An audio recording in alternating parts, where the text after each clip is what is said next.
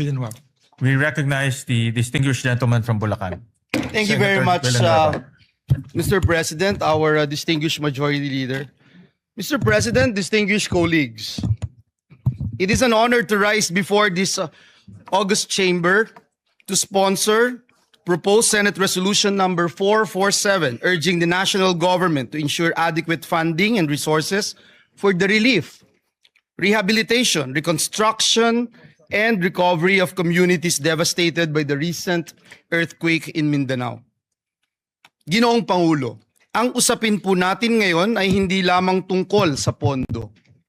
Ito po ay tungkol sa mga buhay na winasak ng lindol at sa ating tungkulin na tulungan ang ating mga kababayan na muli pong makabangon.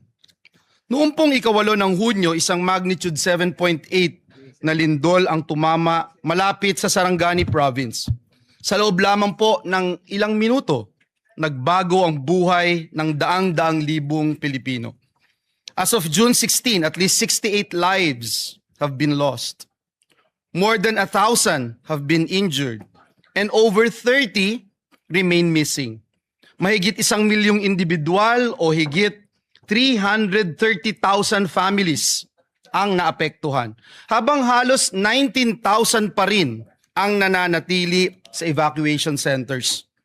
Ngunit higit pa po sa mga numerong ito ay ang mga kwento ng ating mga kababayan, mga pamilyang nawalan ng tahanan, mga batang hindi makapasok sa paaralan, mga manggagawa, mga magsasaka, mga mangingisda na nawalan ng kabuhayan at mga pamilyang nagdadalamhati sa pagkawala ng kanilang mahal sa buhay.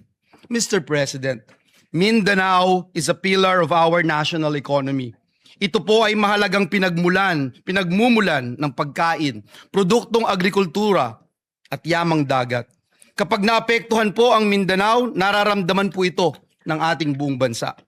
Initial assessments estimate at least 1.13 billion pesos in damage to public and private infrastructure. And that figure is expected to rise, Mr. President, as assessments continue. Nasira po ang mga tahanan, paaralan, ospital at iba pang mahalagang infrastruktura. Ngunit ang mas malaki pong hamon ay ang muling pagtatayo ng mga komunidad at pagbibigay ng bagong pag-asa sa ating mga kababayan. Kaya Ginoong Pangulo, sa pagkakataong ito, nais po nating makita, nais natin din pong kilalanin, lalo na ang ating mga rescue workers, health workers, uniformed personnel, volunteers, local officials at humanitarian organizations na wala pong sawang tumutulong sa mga nasalanta. Ngunit alam po natin, Ginoong Pangulo, alam natin na hindi po sapat ang bayanihan lamang. Heroism saves lives, but resources rebuild communities. Compassion comforts victims, but funding restores livelihoods. Kaya po kinakailangan nating tiyakin na ang lahat ng magagamit na pondo at suporta ng ating pamahalaan ay agad-agad na mapakilos upang mapabilis ang relief, rehabilitation, reconstruction at pagpapanumbalik ng kabuhayan sa mga apektadong lugar. Ginoong Pangulo, sa panahon po ng sakuna, nasusukat hindi lamang po ang tibay ng ating mga infrastruktura, kundi ang tibay ng ating pagkakaisa bilang isang bansa. Ngayon ang panahon upang patunayan na walang Pilipinong maiiwan.